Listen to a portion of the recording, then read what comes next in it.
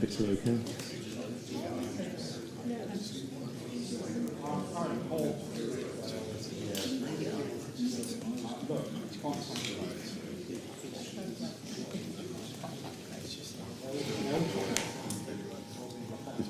Is the picture stable, Joe?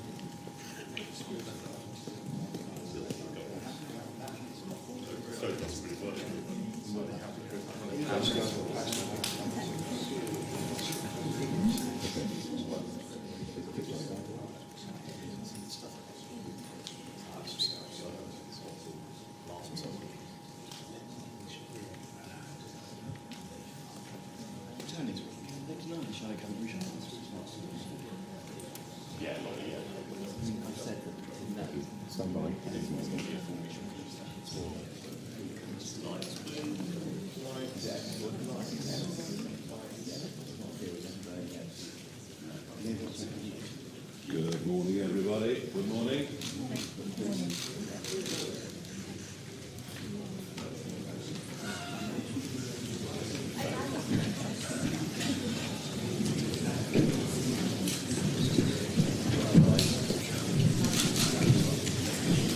Good morning, everybody. Sorry about the fire alarm, but hey, you know what? We do have a bit of an emergency. Everyone knows we're living in broken Britain, and perhaps one of the worst symptoms of that is living increasingly in a lawless Britain. You might have seen some of the polling figures that were produced yesterday. Most people think Britain has become lawless, and quite extraordinary to see that 57% of women feel it's not safe to walk on the streets of London. And that wasn't just at night time, that was at any time of the day. We're going to begin this press conference with Councillor Laila Cunningham speaking to us. She has been a prosecutor for many years at Westminster Magistrates Court, and she's going to tell us a little of what it's like being a mother, bringing up young children and teenagers in London. Laila. Thank you. Good morning, everyone. My name is Laila Cunningham. I'm a reform Westminster City Councillor, a mum of 7 and a former senior Crown Prosecutor. And I'm delighted to be part of this campaign on law and order with Sarah and Nigel.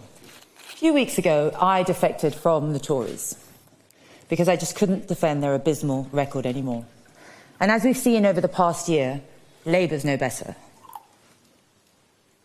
The truth is, both parties have failed this country on an epic scale. We learnt last week that both parties conducted covert, state-backed people smuggling paid by us. And I can assure you, only reform will smash that gang once and for all. But speaking out and defecting came at a cost. I lost the job I love at the CPS. Why? Because I told the truth. I told the truth about the lack of policing. I told the truth about the online safety bill that silences freedom of speech. And I told the truth about certain Muslim communities in this country that have brought immeasurable shame and fury on the wider community, and nobody dared call it out. But the CPS didn't like that. Just like the establishment doesn't like reform. They call us extreme or far right. Fine, so be it. We will never apologise for standing up for Britain and saying the truth. But for me, it's never just about politics. It's personal. Every time my kids leave the house, I feel sick. 2 of them have been mugged, 1 at knife points. I had to chase the muggers down myself. Not enough resources, I was told by the police. In fact, the local press have called me vigilante mum for my crime-fighting efforts locally. But my husband worries that I'll be stabbed one day. But what am I supposed to do? What are any of us supposed to do when those in charge do absolutely nothing? I've just had enough of hearing about daily muggings, daily stubbings. I've had enough of seeing gangs roam my streets in balaclavas, terrifying my children. And I've had enough of hearing that foreign rapists' human rights mean more than ours. I ask myself every single day, how the hell did we get here? And it's because of the political choices made by Labour and Conservatives. And they repeat the same empty line. were tough on crime. No, they're not.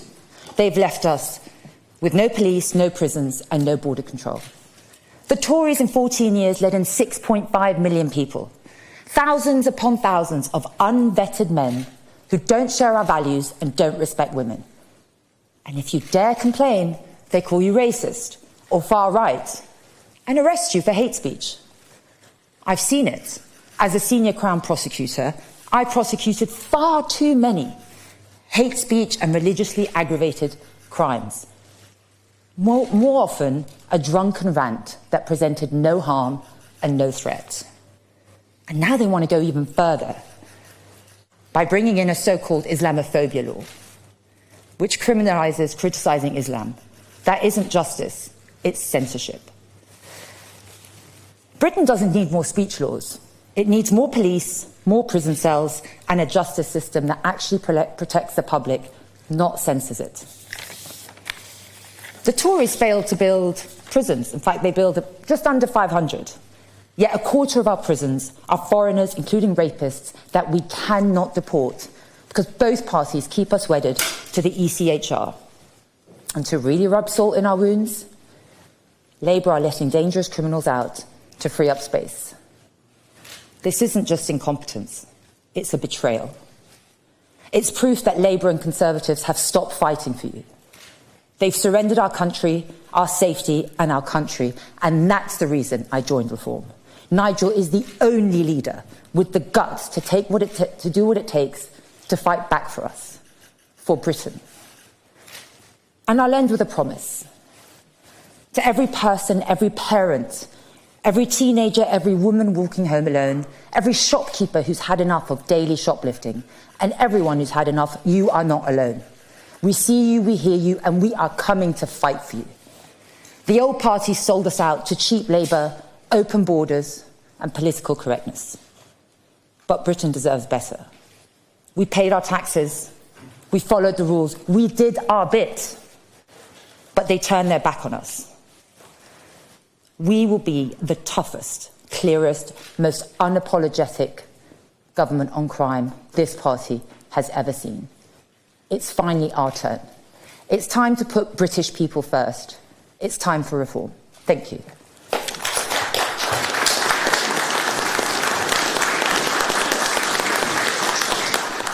Laila, thank you. And yeah, I can imagine the anguish of parents with children, teenagers, going out onto the streets.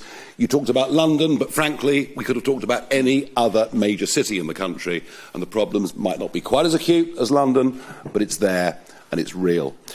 Now, up next is Sarah Pochin, who of course won the Runcorn and Helsby by-election by the vast winning margin of 6 votes.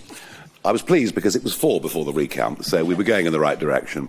Sarah, before standing for us in that by-election, had for 20 years been a magistrate, and I know feels very strongly on the deterioration of law and order in our country. Sarah.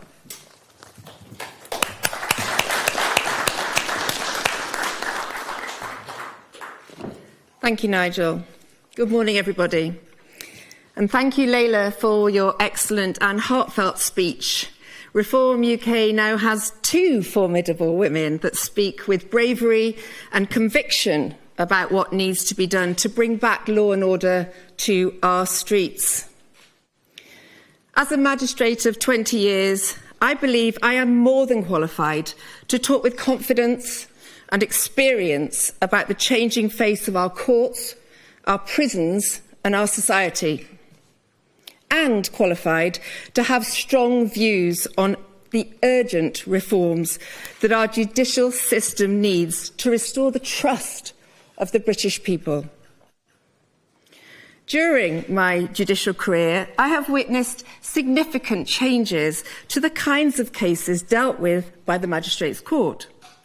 20 years ago, I would deal with numerous shoplifting cases, but in recent times, individuals being prosecuted for shoplifting just doesn't happen.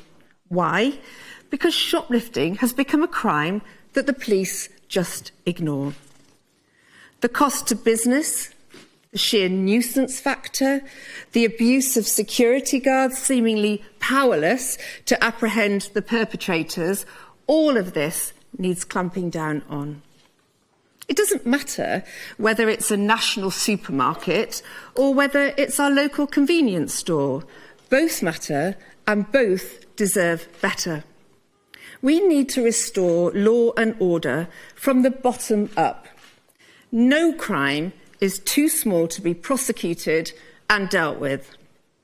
We need to restore discipline and respect in our society. Interestingly, one of the last cases I dealt with was a Romanian OCG, organised crime gang, that was running rampage across the northwest, shoplifting on an industrial scale. A good example of how the courts have become reluctant to administer tough justice. I was advised I couldn't send these criminals to prison because they didn't have a criminal record in this country, and as such could not be given a custodial sentence. I'm sure it won't surprise any of you in this room to know that all 4 were duly sent down immediately under my watch. And yet, of course, now, under this woke Labour government, we are experiencing 2-tier justice, where someone who writes an ill-advised tweet goes straight to custody, possibly for 30 months, even with no previous criminal record, or in fact, any dealings whatsoever with the police. I have 2 Lucy Connollys in my constituency of Runcorn and Helsby, one of whom I visited recently in HMP Kirkham. He was released last week on licence, and the other one is still in there until September. What shocking examples they are of inappropriate, politically motivated sentencing. Furthermore, the rise in antisocial behaviour and sexual violence against women and girls in our communities is alarming. And whether we like it or not, both are related to the influx of migrants from certain countries, particularly Afghanistan and Eritrea. We know that Afghanistani men are amongst the largest group of migrants that commit sexual violence against women. I am constantly accused of scaremongering on this issue by the woke Labour blob, but the British people will not be lied to anymore. We know that we are heading towards a crisis point in our society, and the denial of this by the establishment is nothing short of treacherous. Recent unrest in Northern Ireland and Epping should serve as a stark warning to this government that the British people will not put up with this betrayal for the next 4 years. We also need to restore the confidence of the British people in our police force. We've had enough of woke policing, enough of our police being in denial about the increasing threat to our own safety from the influx of illegal immigrants, enough of police no longer using stop and search to tackle knife crime, enough of police ignoring mobile phone theft, ignoring the rise of blatant cannabis use on our streets, sympathising with protest groups that simply do not reflect the views of the majority of the British people. Police need to police with impartiality. A reform government will address these issues and restore a strong police presence in our communities to protect our citizens.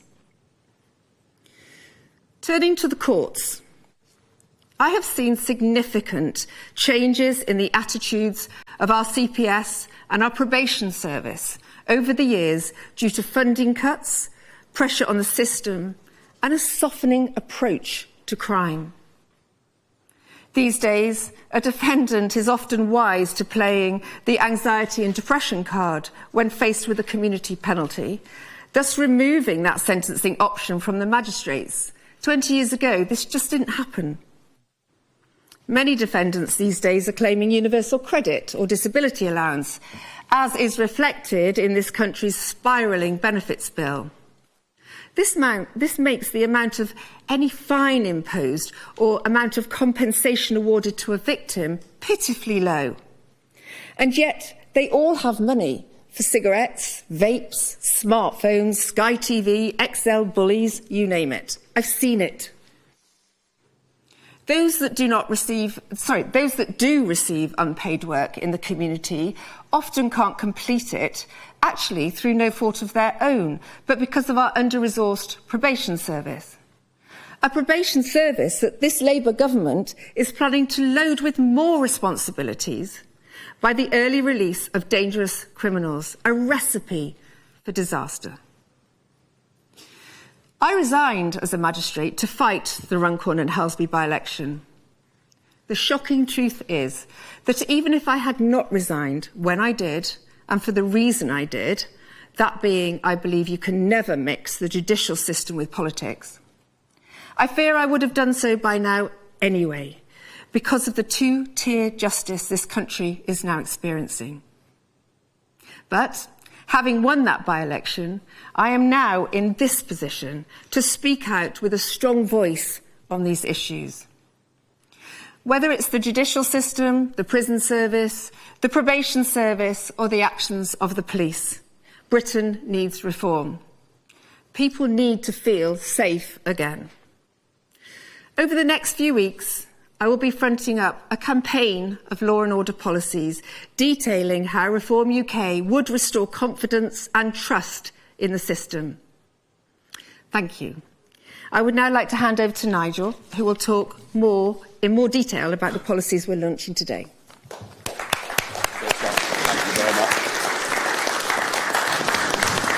Sarah, thank you very much indeed. And yes, this press conference this morning, Lawless Britain, is the beginning of a 6-week campaign.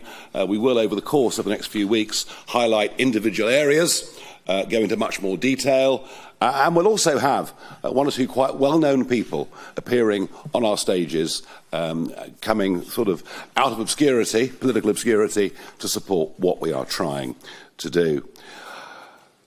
One of the things I think that has sort of really led to deterioration of trust in politics are successive Home Secretaries telling us crime is falling.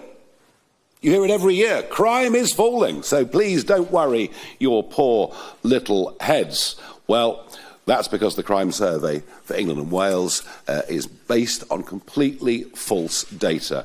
If you look at police recorded crime, which is what we've done for our research all through this, you can see that actually there are some significant rises in crimes of all kinds, particularly crimes against the person. We're actually facing, in many parts of our country, nothing short of societal collapse. If people are scared to go out of the shops, scared to let their kids out, that is a society that is degrading, and it's happening very, very rapidly. I'm astonished that there has been so little debate in Westminster amongst our political classes on this issue, because I'm sure they must, in their MPs' inboxes, get members of the public telling them just how grim things really are. Sarah mentioned the word respect. Respect for those in uniform has declined massively. The criminals don't particularly respect the police and can act in many cases with total impunity. Just as worrying, if not more so, is huge numbers of law-abiding, tax-paying Britons have also lost respect for the police, but in a different way. The idea, the concept that we're living in a system of two-tier policing and two-tier justice under two-tier care has really taken hold. You only have to look at the reluctance to prosecute those violent thugs in Manchester Airport who beat up those police officers. It took months and months and months for any prosecution to be brought, and I suspect the reason that it happened is because Reform said if they didn't, we would take out our own private prosecution. And yet, Lucy Connolly and others like that, and she received a 31-month prison sentence, albeit for saying something deeply intemperate and wrong, of that there's no question. Her case was dealt with in days. So we are in a real, real mess. Just looking and thinking about London for today, London, 1 in 3 people at some point have been subject to phone theft. It's almost unbelievable. Almost unbelievable. The number's so big. Had a case in my family a few months ago. Somebody at Victoria Station, a relation of mine, punched, phone taken, but they had a tracker on the phone, so we could see exactly where the phone was going. And I assume it wasn't just one phone, there would have been a couple of hundred phones. We even gave the police the address of the house in southern Buckinghamshire where the phones had gone to. The police took no action whatsoever. And you can just walk down Oxford Street, Regent Street any day, and you can see the moped gangs running amok with hardly anybody ever being arrested. Shoplifting in London, and by the way, when I give you these figures, these are the reported figures. Bear in mind that most of us now don't even bother to report crime. We can't see the point. If it comes to theft from our properties, we worry what it might do to our insurance premiums, and most people don't report stuff because what is the point? But quite extraordinary that in London alone, shoplifting should be up by 150% since 2021. Muggings in London, up 26% just in the last 2 years. But I sense, again, many people, frankly, just too embarrassed to report the fact that they have been mugged. Actually, crime is another reason why people are leaving. John Friedrichsen, the shipping magnate, he's going, taking his billions with him, saying London are increasingly reluctant to come to London because they know what is likely to happen to them once they arrive. So it is a very, very serious problem. But there's a parallel from which I think we can draw great inspiration. I worked in the 1980s for a couple of Wall Street houses in my days in the commodity markets, and I remember if you left a restaurant in New York at 8, 9 o'clock at night, you made sure the taxi was there, waiting, the guy gave you a wave, so that you literally spent sort of 5 or 10 seconds leaving the venue. So bad was street crime in New York. And yet, 10 years later, you could wander about New York at 2 o'clock in the morning, being really unconcerned that anything would go wrong. And this, of course, was the inspirational mayor, Rudy Giuliani, who followed the broken windows theory, which is if you deal with crime, if you deal with graffiti, you deal with litter, you deal with things at the ground level, that actually that helps stop crime going further up. And we're doing the opposite. You know, since 2014, you can shoplift up to £200 and frankly, nothing is going to happen to you. Laila would not have been prosecuting them. Sarah would not have been hearing the cases. We just accepted that shoplifting is okay. Drugs being smoked openly on the streets, that apparently is just okay. So what we've done is we've raised the level of what we now deem to be acceptable behaviour. And of course what happens if you go lax on it? Well, of course, crime moves up to fill that gap and then moves on further still. So I want to be absolutely clear at the start of this 6-week campaign that Reform will be the toughest party on law and order and on crime that this country has ever seen. We will aim to cut crime by half in the first 5 years of a Reform government. We will take back control of our streets. We will take back control of our courts, of our prisons. And if you're a criminal, I am putting you on notice today that from 2029, or whenever that may be, either you obey the law or you will face very serious justice. Now, in terms of policy proposals, yep, I'm going to reiterate the point. Zero tolerance policing. Every single shoplifting offence, however small, should be prosecuted. Every single mobile phone that is stolen, if we can track it, we need to go to the addresses and find out who these people are. Stop and search.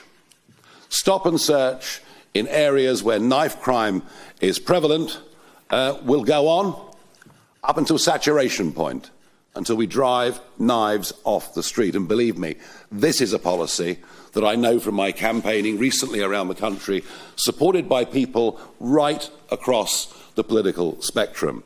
And if we have to build more knife arches at the entrance to train stations or bus stations or whatever it may be, then we will do it. Fast-track arrest, we believe that is very, very important.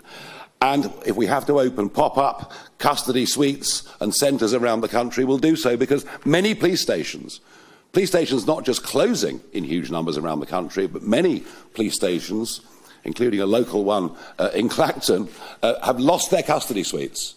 So we believe that fast-track arrest, holding people, is right. And perhaps the biggest pledge that we would make today is to say 30,000 more police over a 5-year term of a parliament. And we will scrap all diversity, equality and inclusion roles, and we will aim for a higher and physically tougher standard of police officer on our streets. I think that if criminals slightly fear the police, that is a desirable place for us to be as a society. I knew a chap who'd served in the Grenadier Guards. He'd served in Afghanistan. He'd done 2 tours, one of them a very, very brutal tour. He came back in his late 20s, applied to join a county police force, but was rejected. Rejected. A fit, young guy, an army sergeant who'd done service, told to come back next year because they were having trouble with their quotas. Enough. Enough of all that rubbish. And in fact, on that theme, we would look very much to go to people who have served in the armed forces, who we think would make ideal police officers. Fast-track courts. We have a massive backlog in all levels of court cases in this country, partly down to the repeated lockdowns that we went through, and partly down to the fact that actually, astonishingly, so many magistrates' courts have closed since 2010. Up to 50% of magistrates' courts closed since David Cameron came to power in 2010. So we would aim to reopen those magistrates' courts, and we would reach out to former and retired magistrates and say to them, please, we want you to come back to this job. Help us in this national effort to catch up with the backlog and to start dishing out proper justice.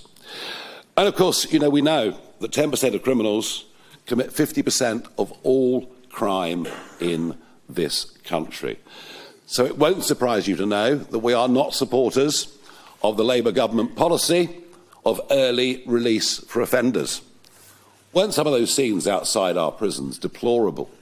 People being let out, being met by Lamborghinis, Rolls Royces, champagne being opened, and the reoffending rates have been truly horrific. No, we take a very, very different view, and we do absolutely think that if anyone commits more than 3, and whilst of course prison should aim initially to rehabilitate and to educate, if people are convicted of more than 3 serious offences, well, frankly, we think that puts them on a course towards life imprisonment. And the same goes for sexual offenders and violent offenders. We believe they should serve their full term, not just as punishment, but to keep the rest of society safe.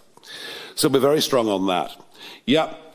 Commit the crime, pay the price, be you a shoplifter, be you someone carrying a knife, whatever it may be. And we would look to free up tens of thousands, up to 30,000 prison places. We will build Nightingale prisons. You remember the Nightingale hospitals? Within 72 hours, hospitals were built, and we'll work with private contractors, but we'll want to use the logistical skills that exist in the army and our armed forces to make this happen. We can build up to 12,000 prison places, and we can do so actually in short order. And there are 10,400 foreign prisoners in our prisons, has been mentioned on this platform already. They will be deported back to their home countries. And I think I'm in conversation with Edi Rama from Albania, and I think he's rather agreed that he will take back all of the Albanian prisoners in this country, which is rather a good thing. And yes, we do think dynamic prison places overseas work. You've seen America doing it recently, but the Scandinavian countries are doing it too. Estonia is quite prepared to take prisoners from this country. And in fact, the Labour government has had those conversations already, but of course, nothing has come to fruition. Denmark sends off prisoners to Kosovo and places like that. It is quite astonishing that to keep a prisoner in a British prison costs nearly £52,000 a year. You could send a child to Eton for that price. So if we can send some of our worst violent criminals overseas to serve their terms, then yes. And if that means that Ian Huntley goes to El Salvador, well, our attitude is so be it. So we're serious about it, but we also think we can cut the costs of running prisons significantly. It seems that everything the British state does, because it's so highly bureaucratised, costs just so much more than everywhere else. France manages to run its prisoners for an average of £40,000 a year, not the £52,000 a year that it is here. To repeat, today is just the start of this law and order campaign, which will go on over the course of the next 6 weeks. I genuinely think that by standing up, by saying these things, we're striking a chord with the vast majority of the British public. There is nothing left-wing or right-wing about desperately wanting for our society, for our streets, to be a hell of a lot safer than they are today. And as with everything that we do, when we say it, we actually mean it. How about that? Thank you.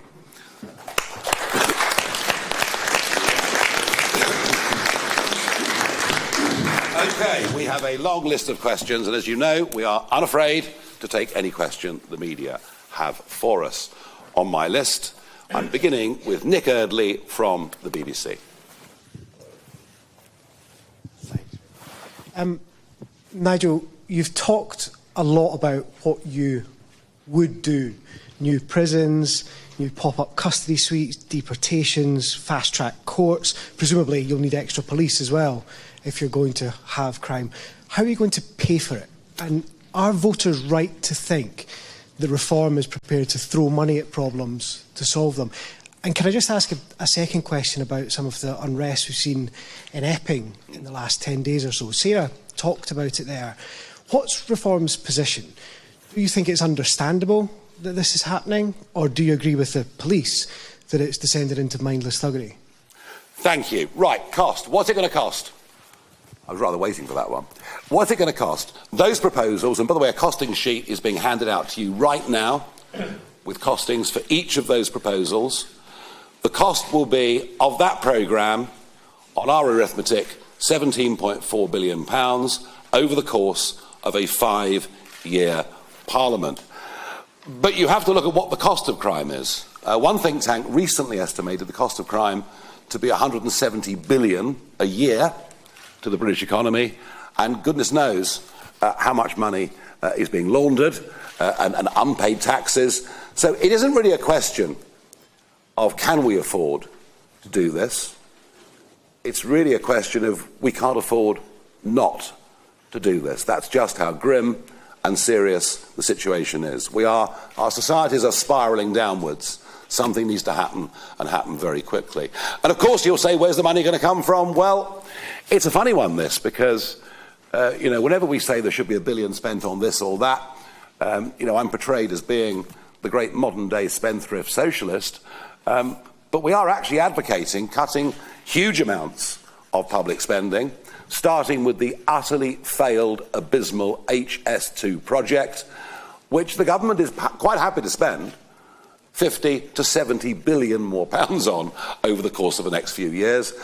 And we've been talking about the cost of net zero to an incredulous press audience. Even the OBR estimate the cost of net zero to be 30 to 35 billion pounds a year.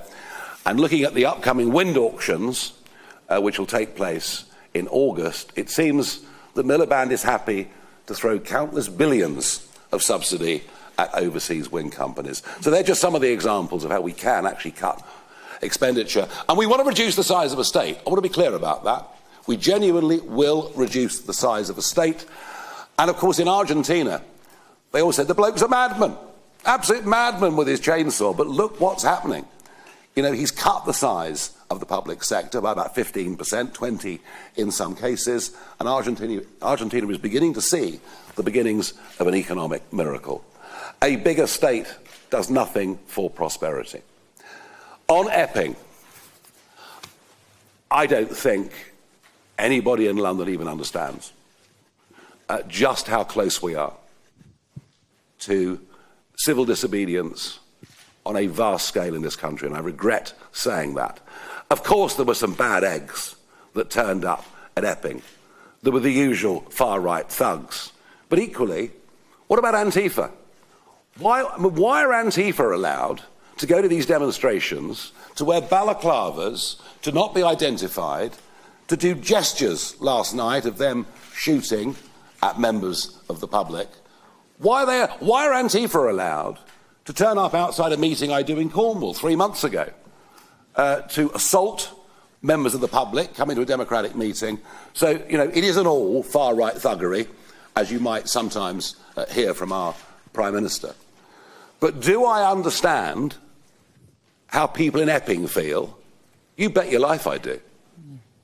You bet your life I do. You know, I'm sitting on my table with 2 mothers. You know, I mean, 14-year-old girl is sexually assaulted by an Eritrean who'd arrived by boat 8 days before. Don't underestimate the simmering anger and disgust that there is in this country, that we are letting in every week, in fact some days, many hundreds of undocumented young males, many of whom come from cultures in which women and young girls are not even treated as second-class citizens. So the answer is yes, I do understand the genuine upset and anger. And I'll bet you that most of the people outside that hotel in Epping weren't far right or far left or anything like that. They were just genuinely concerned families. Thank you. Christopher Hope, GB News. Thanks, Nigel Farage. 3 quick questions. No need to raise taxes then. You can fund all this through cutting HS2 and net zero. So no tax increases from today's announcement. Is that what you're saying? Did you leave it there when you found out where your family member's phone was in Buckinghamshire? Did you go and knock on the door? Or did you just give up on that one? And just finally, is Sarah Pochin your new shadow Home Secretary? Right, very, very good. There's no need to raise taxes to do this. There are massive savings we can make, and you'll hear more of that as time goes on. As far as the telephone's concerned, I'm not as brave. I mean, you know, Laila goes off chasing thugs and criminals. But, you know, if you resist, there is a risk. Look what happened to that young man from Hampshire when someone tried to take his Rolex watch in Knightsbridge. In daylight, a few weeks ago, he resisted, he was stabbed to death. So it's a really difficult one. You know, am I going to sit here and say to the public, you know, you should have a go at these thugs? I don't feel I can do that. It's a matter of individual conscience. But there are so many people now carrying blades out there that it's genuinely frightening. As far as our new girl, Sarah's concerned, she's not yet Shadow Home Secretary, but we're watching her very closely. and let's see where we are. Ask me that question in a few months' time. And bear in mind, I know you asked this question, it's a perfectly reasonable question, but firstly, you know, the next general election is some way away. I know that I need to provide a team of people, you know, across many, many areas. But I would just say this to you. They won't all be MPs or prospective MPs. I'm a great believer that we can bring people in to senior ministerial roles from outside of politics, especially from outside of career politics, and that they can be held to account by committees or by places in the House of Lords or whatever it may be. I think we have to just get rid of the idea that, you know, you become a minister responsible for an area, and after 2 years you get moved on. Well, you've probably barely got your feet under the table or even understand the subject. So the argument for bringing in genuine expertise from outside is very strong, and it's something that we will be doing. It doesn't threaten your position, I promise you. But it's, yes, please. Chris, on that note, I've run after my AirPods for about 3 hours across Hyde Park, tracing them. I got on a Lime bike, I called my teenage son, I'm like, I've got them. And I caught up with them in the end. They'd passed it on to someone else because within 10 minutes it was in East London. The next day it was in China. And I've done that with my mobile phone. I wouldn't recommend anyone doing it. It's just I've just had enough. But I shouldn't have to risk my life. And that's the real matter of it. No, yeah. absolutely. No one should take an example from me, but... No, and welcome to my security team. Yeah, exactly. You're now part of it, very clearly. Thank you very much. I now have Mari Aurora from Sky News. Thank you, Mari Aurora from Sky News. You say you want to deport almost 10,500 foreign criminals. So you say countries like Estonia are willing to take them back. Are you confident all of the countries that these people are from will take them back? And in exchange, will you agree to take all of our foreign criminals who are in other countries? And just secondly, on these Nightingale prisons, if you erect these prisons very quickly, how secure will they be? What kind of criminals would you be securing in these Nightingale prisons? You know, will the public be concerned that they will essentially be able to escape? Right. The answer to your first question is yes. Of course we're prepared to take British prisoners from other parts of the world. That's fair, right and proper. All right? So no question, argument about that. As I say, I'm in talks with Eddie Rama from Albania. In fact, I might even go and visit him over the course of the summer. Perhaps I'll charter a jet and take a load with me. And look, you know, if countries are reluctant to take back their prisoners, well, we'll make it very straightforward. We'll just end travel, we'll end visa restrictions. So we've got plenty of muscle to be able to do this, and that's right and proper, and it's what we should do. That was for existing prisoners.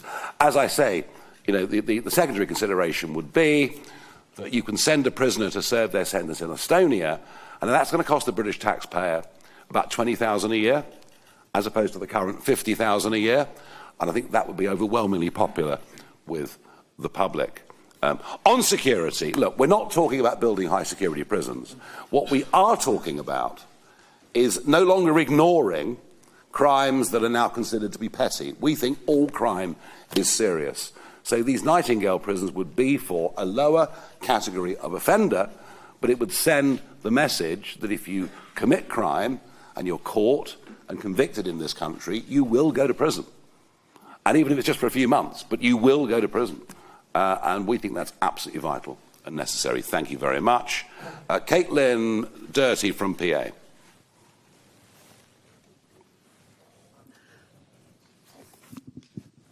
Morning. Thank you. I see you give some details in your costings of, former sites that have been converted into prisons. But I was just wondering if, in your push to create prison places, whether you would force reform councils to accept prisons in their areas. Good question. And yeah, if they're the right locations, then yes. And don't forget, you know, I mean, provided we've overcome the security aspect of people escaping. Well, at the moment, of course, I mean, I was even told the other day by the Chief Inspector of Prisons in this country that up to 10 kilograms in weight of cocaine can now be dropped into prisons using drones. And they even think with drone technology, we're not far away from them actually getting prisoners out using drones. So provided there's no risk of people escaping, and given that they're lower level offenders, Caitlin, not violent necessary offenders, then I think a prison in an area for what is a disused MOD site actually provides quite a lot of well-paid jobs in an area. So the answer to that is yes. Noah Hoffman from The Sun. A lot of questions. Thank you, Nigel. Two really quick ones. Firstly, have you spoken to any members of the government in El Salvador about them potentially receiving an influx of British pedos and murderers? And secondly, what is your plan of action when lefty civil servants or the woke blob try and stop your crime and justice plan from taking place? And what is your sort of plan of disciplining them and lefty human rights lawyers? Yeah, I mean, look, you know, I haven't spoken to El Salvador yet, but we do know they're quite happy to take American violent offenders, so I don't see any reason why. You know, they want the money, they want the income. Now, in terms of... Sorry, the second question? The blog. Yeah, sorry. Yeah, I mean, look, you know, we are meeting a level of obstructionism within the county councils already. You know, there is an open fight going on with Warwickshire. We have difficulties in other counties where, you know, even being shown the finances and being shown all the books is proving to be difficult. So you're quite right. You know, the march through the institutions since the premiership of Tony Blair whether it's through the civil service, whether it's through the education system, whether it's through the quangocracy, which increasingly has more power over individual people's lives than what happens in Parliament. There is going to be one hell of a cultural battle that is going to need to go on, and we're aware of that, we're conscious of that, but we're also conscious that all the while we remain part of the ECHR, and all the while the British judiciary and judges can lean on the ECHR, frankly, very little of what I've said today is actually going to be achievable. And so I think, the sort of first job, the first big job, if reform win the next election, is to deal with this issue. And we are not taking away human rights from people or anything of the kind. We're getting rid of a piece of legislation, of a set of structures put in place with the very best of intentions after World War II, but that are now 3/4 of a century out of date, is how we feel on that. Guys, do you want to? Yeah. You happy? Fine, good. Do chip in whenever you want. Camilla Tominey from The Telegraph. It's actually not me, it's my partner in crime. Okay. Hello, I'm doing work experience. Very good. And 2 questions. One, does reform support chemical castration for prolific sex offenders? It's not on the list. No. I suspect. Secondly, you just said you will not be taking human rights away from British prisoners, right? But you've mentioned El Salvador. El Salvador, as I'm sure you know, is in a 3-year-long state of emergency, where it detains people without trial, including around 3,500 children. It is notorious for overcrowding, a country in which there are just 70,000 prison spaces with 109,000 people in them, and where torture is reported and over 350 people are suspected to have died. Now, prisoners who go there may well be wrong-uns, but they are British, they are human beings, and they have human rights. Are you comfortable, if you can get past the lawyers, with sending British people to prisons with those kind of conditions? OK, we are not going to send people for trial in El Salvador. Let's make that absolutely clear. People will be tried in this country, and El Salvador may be quite an extreme example. But the idea that we could send prisoners to Kosovo, to Estonia, and everything else is a very, very serious proposal.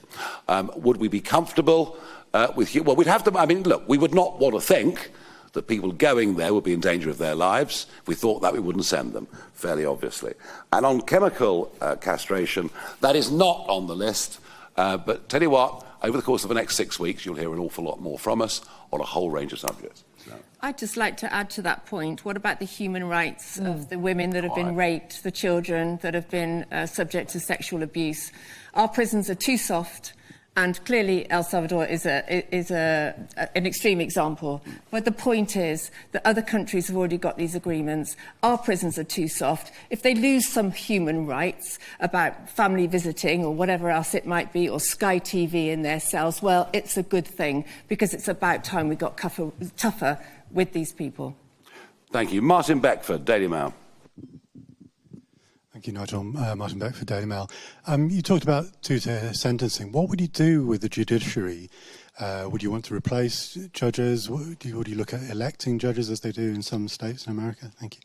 Well, we've got 2 levels of this, haven't we? We've got judges, we've got magistrates. It's not really about the judges. It's about the sentencing guidelines and the legislation that dictates it. And that's what has to be looked at. To be fair to many of the magistrates I've faced or judges, they're applying the law, and that law was brought in by the Conservatives and Tories, and Labour. The sentencing guidelines allow for a lot of mitigation. As Sarah said, I had one where a publicly paid lawyer stood up and said, "Your Worships, my client has just come on a boat, and we must appreciate how difficult that must be for him. And because he's illegal, he can't work. So he has to commit crime." And that is the attitude some of the courts, and that is mitigation. And as Sarah said, ADHD, anxiety, these are all mitigating factors where a criminal could avoid prison and just plays the system. So it's a reform of the whole system, and I wouldn't want to blame any judge or magistrate for just applying the system. Well, what I'd like to add to that as well is that I do think there is an element of the judicial system, the judges that are party to this two-tier justice, and the Lucy Connolly type examples and the two people in my constituency that are subject to this, I know that the judge in those cases was complicit in effectively what I would consider was politically motivated sentencing. So there definitely is an element now of politically motivated sentencing in our legal system. I don't know why, or I don't know how they are under the pressure that they're under, but that would not have happened some years ago. It's happening now and it needs to be sorted out. Thank you. Moving on to Jonathan Walker from The Express. Thank you. Hello, Nigel. You seem to indicate in your speech that people who commit free crimes will be sort of on the road to a life imprisonment, I think was a similar phrase you used. Are you planning a sort of free strikes on you out type rule? How would that work? We're certainly moving in that direction, yes. And I repeat the stat. 50% of crime is committed by 10% of criminals. These are repeat offenders. Of course, the primary aim of any prison system should be to educate, should be to help train people, should be to help rehabilitate people, and the more of that we can do, the better. But there is, I'm afraid, that certain percentage who will never be rehabilitated, who will probably use prison as a very different kind of school, how to learn to be even better criminals when they come out, and we do know that does happen in some cases. And frankly, as I said earlier, with these type of people, locking them away for a very long time serves one very important purpose. It keeps everybody else safe and away from them. So we have no difficulty in saying that whatsoever. Lucy White, Bloomberg. Hi, all of you, and thank you for taking questions. I have 3 short questions for... 3? Chopper had the same, so have to stand up. Go on. The first one is on fraud. You mentioned the £170 billion figure. That a huge amount and growing amount of that is through financial crime, including fraud. I've not heard you talk about that today. Can you tell me if you have any way that you plan to address that? And can you be confident relying on that £170 billion figure to say that this is going to pay for itself if a huge amount of that is coming from financial crime? The second is on criminals, aside from the ones you've spoken about today. A lot of what you've spoken about seems to be focused and concentrating on foreign offenders and migrants. A lot of the crime that we see in this country is through British people. A lot of the shoplifting we've seen is through British people. A lot of the sexual offending is from British people. Do you have a plan to address those sorts of crimes as well? And the third is you've spoken a lot about the US kind of policies that we've seen, deportation of criminals, as Trump has done in the US. Is this another example of reform borrowing from the Trumpian playbook? No, but we are borrowing from the Giuliani playbook, unashamedly. I think what Rudy Giuliani did to New York in the 1990s was nothing short of a blooming miracle. And as somebody who spent over 20 years working for American companies, I was a regular transatlantic commuter, and I saw what one inspired, brave leader with a New York Police Department that wanted to work with him, with a court system that acted very, very quickly. I saw what could happen, what the potential was. And I believe that London needs a Giuliani, not a Sadiq Khan. I believe that all of our capital cities need completely a different level of political leadership. Look, we are not ignoring the fact that there are many people in the criminal base in Britain who are British born and bred, whose families have been here for hundreds of years. We know there is a problem. But we also know there is a complete lack of fear. They're not fearful of being caught. Why would you fear being caught shoplifting? Because nothing's going to happen to you. Yeah. You can go and do it day after day after day. And a lot of that, yes, is British people. I think the foreign reference is, this is a national security emergency. What is going on in the English Channel is a national security emergency. There were 3 arrests of suspected terrorists who'd come by boat just a few weeks ago, as an example. And I think, your work in London, I mean, the amount of cases you saw. Just to point out to you, a quarter of our prisoners are foreign, which is huge.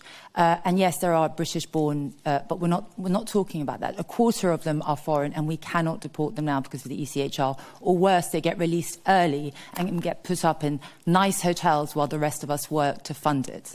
It's fundamentally unfair. And from my work in London, I can tell you a vast majority are foreign. For instance, in the Westminster Magistrates, there's about 5 Arab interpreters, and you don't get that anywhere else. So there is an issue. And to your point of, did you say copying the US? Borrowing from the US. I think as we're a new party, we look around and see what works, and we're not wedded to any kind of idea, and what works we will implement here. Just like Nigel mentioned, Denmark deporting their prisoners. Yeah. I wouldn't say borrowing. I'd say that we take the best and we try and implement it here. Yeah. Sarah? Can I just add as well, on the subject of foreign versus British defendants, what we want is equality and in the way they're treated. We're now in a situation where we haven't got them treated with fairness. We're in a two-tier justice system. We need to bring back fairness, no matter what. I was always taught when I first became a magistrate, you go into that court, you ignore what the sex of the defendant is, you ignore, the age of the defendant. It's all about treating, or the colour of the skin. It's about treating everybody the same. That is not happening. We are suffering from two-tier justice, and that has to change. OK, Noah Keat, Politico. Thank you very much. You've spoken about Reform UK being the toughest party on law and order. So I just wondered what your stance was in expanding the use of live facial recognition technology, as will happen at the Notting Hill Carnival this year, given that the Met Police say that that's key to identifying people who pose a threat to public safety. And just quickly, you've also spoken about clearing the court backlog. So I wonder what the party thought about restricting who had the right to a jury trial, as Lord Leverton has suggested. There's not much point having facial recognition cameras if you're not going to punish anybody. So it's all the wrong way round. It's all the wrong way round. We're talking here, very much this conference today is talking about low-level crime up, that there has to be a punishment that fits crime, even if our leaders and many of our police forces now don't think shoplifting is a crime. We do. We do. So if I really thought, hey, we are the most surveilled city in the world, the most surveilled country in the world. What difference has it made? Has it made us safer? Not one bit. So it's a very low priority. I'll just jump in. There's no point in having facial recognition as long as facial coverings are a norm. And I've seen it in court where defence lawyers come up to me and said, it's blatantly his client, but he's like, you really can't prove it without reasonable doubt. So as long as we allow gangs to roam around in balaclavas, you'll get a lot more brazen. And that's happened since COVID. Police have told me that crimes have become a lot more brazen because it's normal now to walk around with a COVID mask or a balaclava on an August hot day. And in terms of the jury trial, it's not as straight as you say it, because there are either way offences, and I think that's what either way offences can be tried in the magistrates or can be tried in the Crown Courts. And if you assault someone, that is a summary-only trial, it means it can only be tried in the magistrates. But if you assault someone and with a racial slur, it becomes either way. And defendants tend to choose the Crown Court because there's a 3 or 4 year delay, and all immigration proceedings, deportation proceedings are stayed until that comes to court. So defendants can stay in this country for that long, and because it's a non-imprisonable offence, they're released on bail. Or worse, known criminals are released until their trial dates. So I think removing those minor offences that are only aggravated by, let's say, a racial slur, a drunken rant, will definitely free up the Crown Court, because other more serious crimes take a back seat. No.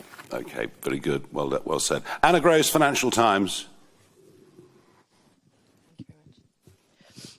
Laila mentioned the Online Safety Act. I think you all mentioned the case of Lucy Connolly and other similar cases. And as you all know, J.D. Vance in the US has raised very serious concerns about how the Online Safety Act has been applied. Would you repeal part or all of the Act in the name of free speech, and also to eliminate two-tier policing? It's a very good question. And I think, the current row that is going on, not row, but negotiation that's going on between us and the Americans, is over privacy and data privacy. And I think, the British government's instinct on everything is they want as much data, they want, as much potential control over their lives as they possibly can. And I frankly think the Americans are right on this. I think free speech is absolutely fundamental in our society. And I fear it's going to get even worse. I mean, if Angela Rayner pushes ahead with this definition of Islamophobia, and we start treating one religion completely differently to another religion, when it goes against the first rules that you were taught on day one as a magistrate. So look, we don't trust big government. We don't trust big government to have all of our data. We don't particularly trust them to spy on us either. And as I said earlier, what is the point of all of this? Well, crime is allowed to run amok. It all seems to be slightly the wrong way round. No, also, the reason why I mentioned it is because I don't think a government or an official can tell me what I can and should read.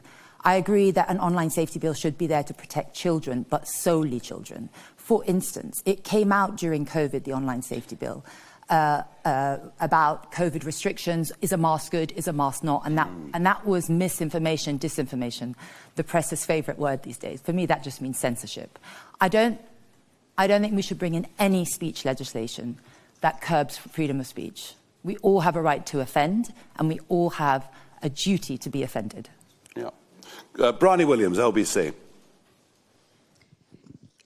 You talked about scrapping diversity and inclusion roles. Do you not think that will decimate trust in the police in some sectors of society? No. And also, you talked about us fearing the police. Do you not think that will create more social unrest? No, I think we should fear police. Just like as kids, we should be slightly respectful and maybe a touch fearful of school teachers when we're 11 years old or whatever.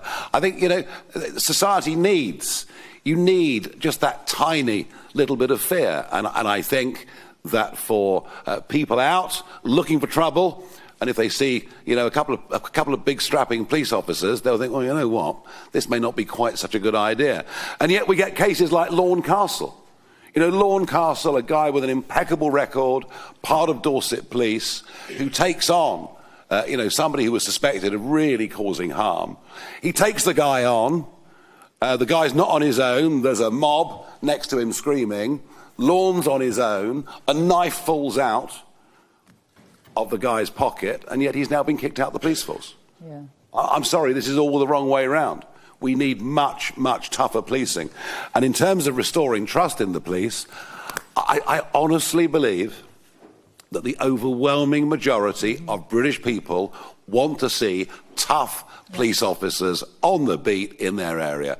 I think it would restore a huge amount of trust in our police. Can I just come in on that? I've worked very closely with the police in my job. I even attended a police dojo where because they invite prosecutors to attend this dojo where you mimic difficult situations they'd be in, physical ones. I have huge respect for the police, and I think we need to restore that. They put their lives on the line in the most serious consequences, and there is no respect for them. And I think with respect would come fear. And that's what we're trying to do. Yep, absolutely. Right, we're getting there. Only two or three more. Theo Usherwood, Times Radio. No, not here. Right, fine. Will Hazel, The iPaper.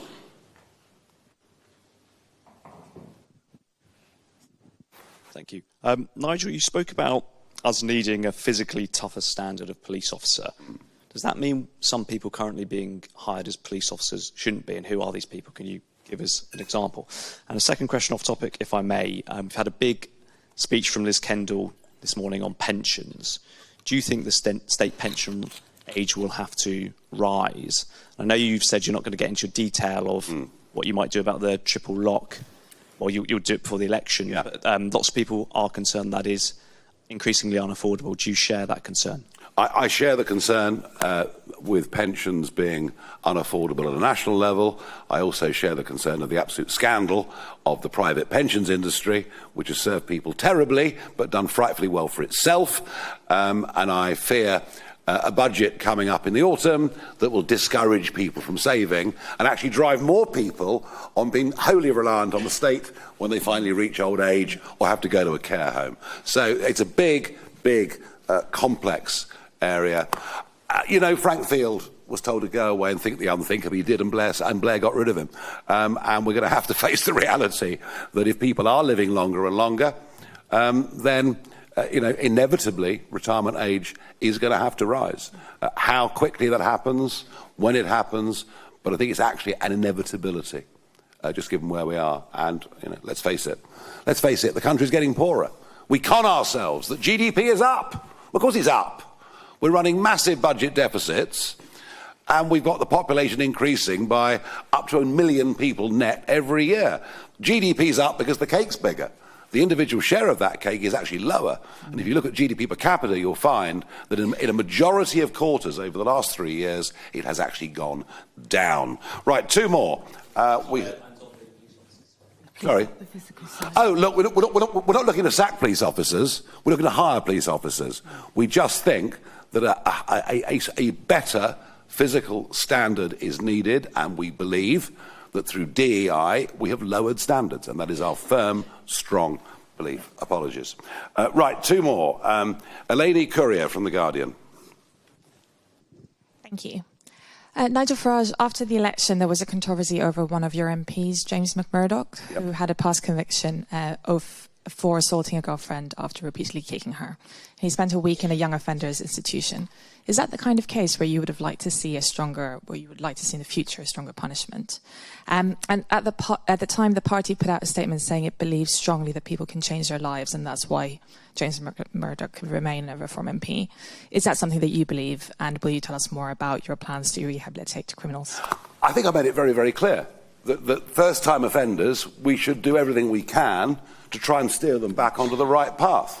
And the reason that I did defend him then, as strongly as I did, I thought here was a very good case of somebody who had rehabilitated, who had gone on to live a constructive life, when so many young lads from his part of the world, after their first brush with the law, then spend the next 40 years in and out of prison, which does happen all too often. So do we believe there should be rehabilitation? Do we believe that first-time prisoners should be given access to education, to learning skills? Absolutely we do. And we understand that a lot of people like that will have come from backgrounds where, frankly, they've come from difficult family situations, where they've not had a good education given to them at school. They might not have been suited to learning in that way. So the answer is yes, of course. But, you know, what we have to send people like that, a message that all crime is wrong and bad and all crime will be punished. That's the point, you know, and we need to have a lot more respect for each other in society. And if that means taking out a percentage of the population who are making lives utterly miserable for everybody else, and if that means putting them in prison for much longer, then we absolutely believe that it's right and proper that we should do so. Last question, David Burke from The Mirror. Hi, thank you very much. I'm going to be a villain and ask you three very quick ones, if I may. The first one, we've heard a bit from you on enforcement of social media, things that people say. We've seen in the last 24 hours, a member of the Lionesses squad has talked about some of the horrendous abuse that she's endured. Are you able to clarify what your position is on this? If someone posts some horrendous racist abuse, for example, how proactively should police be chasing this, and what should they be doing? I mean, is it a case of just hurty words, as has been described previously by some politicians, or do you think that police should be sort of recognising that this has real-world consequences on victims? Second question, if I may. You've mentioned the possible 3 strikes. Would you envisage that applying to Tommy Robinson? My third question, very quickly. You've talked about some of the issues relate to drugs and the impact that has. Would you, in a case where a Reform MP, councillor or staffer was found taking drugs like cocaine or ketamine or any other, would you kick them out?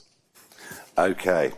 Well, I suppose on that third question, I mean, I always believe in second chances in life. You know, if people offend in a way, you say, well, look, you know, you're on notice. Luckily, I've not had to deal with any of those cases. As far as Mr. Robinson's concerned, I don't think his recent convictions have been for violent crime. I think they've been for contempt of court. And serious though that is, it doesn't quite fall into the same category. And on social media, look, abuse on social media is rife. You can have my account for a day if you like and see some of that. And look, you know, of course the limit to free speech, there is a limit to free speech of incitement, of shouting fire in a theatre, of all of those things. And, you know, people should have their wrists slapped if they behave like that. But there's a difference between a wrist being slapped and, as Sarah outlined in 3 particular cases earlier on, you know, somebody who previously has had an impeccable record serving lengthy prison sentences. So it's about balance. Ladies and gentlemen, thank you very much. Can I just add one thing? As a Muslim myself, I've faced a lot since I've come to Reform, a lot of racism online, which I could screenshot and send and make a big deal. Their words, their people's opinions. It's just the way it is. Once you're a public figure, I think, or once you speak out, whether you're public or not, it just comes with the game, sadly. Not nice. But it's not a crime. Thank you. Marvellous.